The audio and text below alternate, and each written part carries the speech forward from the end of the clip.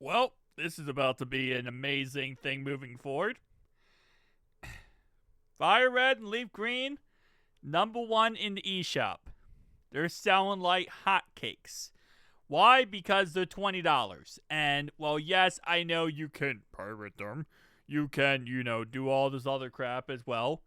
Listen, at the end of the day, a lot of people just want to play it on their Switch. And they don't want to mod their Switch. They just want to play it on their Switch 1 or Switch 2.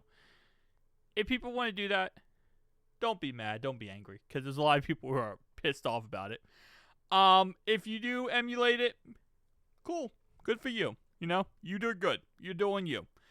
Let people do them. Anyway, so Firered and Leafgreen, best-selling games on the eShop despite $20 price. We're going to see a lot more Pokemon games and probably other games from the past come back. Nintendo wants to make money. All these companies want to make money. And when they try something like this, it is definitely a risk, right? Because there's a risk that, okay, well, it's a 20-year-old game. Maybe some people won't want to play it or it won't be as popular as you think it will be. The fact is way more popular than people think it's going to be.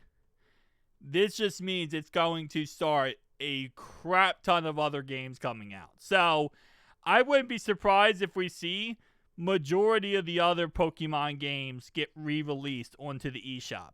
Now, here's the problem. If you do have Nintendo Switch Online, you're not going to get these games with Nintendo Switch Online.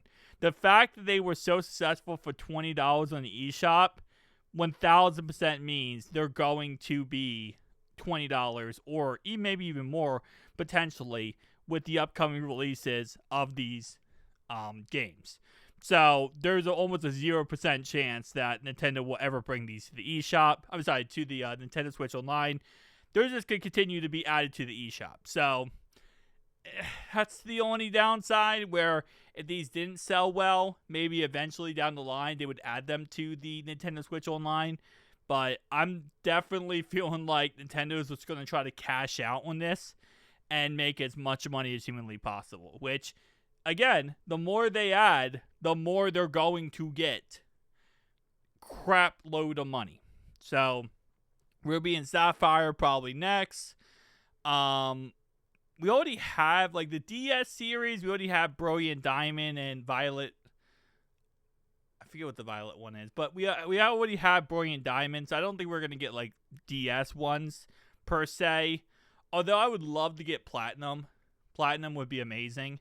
And we didn't get a remaster of Platinum, sadly. So there's going to be ones that, probably here and there. But I'm not expecting them to all come out once, by the way. We're probably not going to see another drop until like probably 6-7 months down the line. Maybe like 8-9 months. So it's going to be sporadic, but it definitely shows a positive angle moving forward. That this is going to be what we see in 2026 and 2027. Where if you want to play your old games from way back in the day, you can. It's going to cost $20, but you can.